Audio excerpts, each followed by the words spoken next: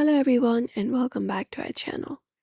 If you want to reduce the data usage on your Android device without any extra applications and you are wondering how to do so, today we are going to guide you to the method for that. So let's just dive right in and get started.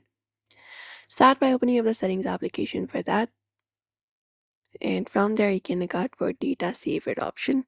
Usually on the connections, you can look out for data usage and tap on it. And there, if the data savers option is available, I can just go over and enable this option right here by tapping on it. Tap on turn on now. That should restrict the background data for most applications, showing a data saver icon in your status bar. Apart from that, what you can do is you can look out for applications option within your settings and tap on it. After you tap on it here, you'll be finding all of the applications, and once you tap on all of the applications, you can tap on one of the app, and from there you can go to the user section for mobile data.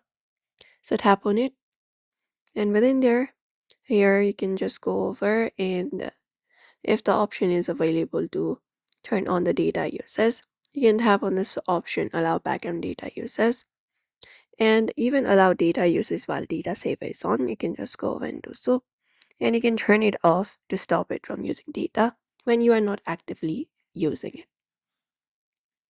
Apart from that, you can update the application as well. So you can go to your Play Store,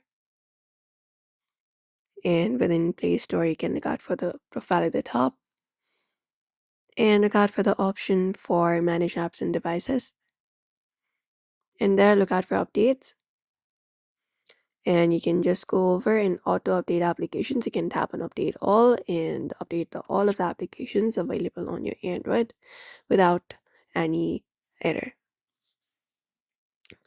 And also auto sync it. You can connect to Wi-Fi whenever possible and download music, videos, and maps within the application for offline access, and that should also reduce the data usage on your Android without extra apps.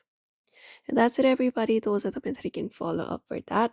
We hope this video was helpful. Do not forget to give this video a like and also subscribe for more tips and tutorials.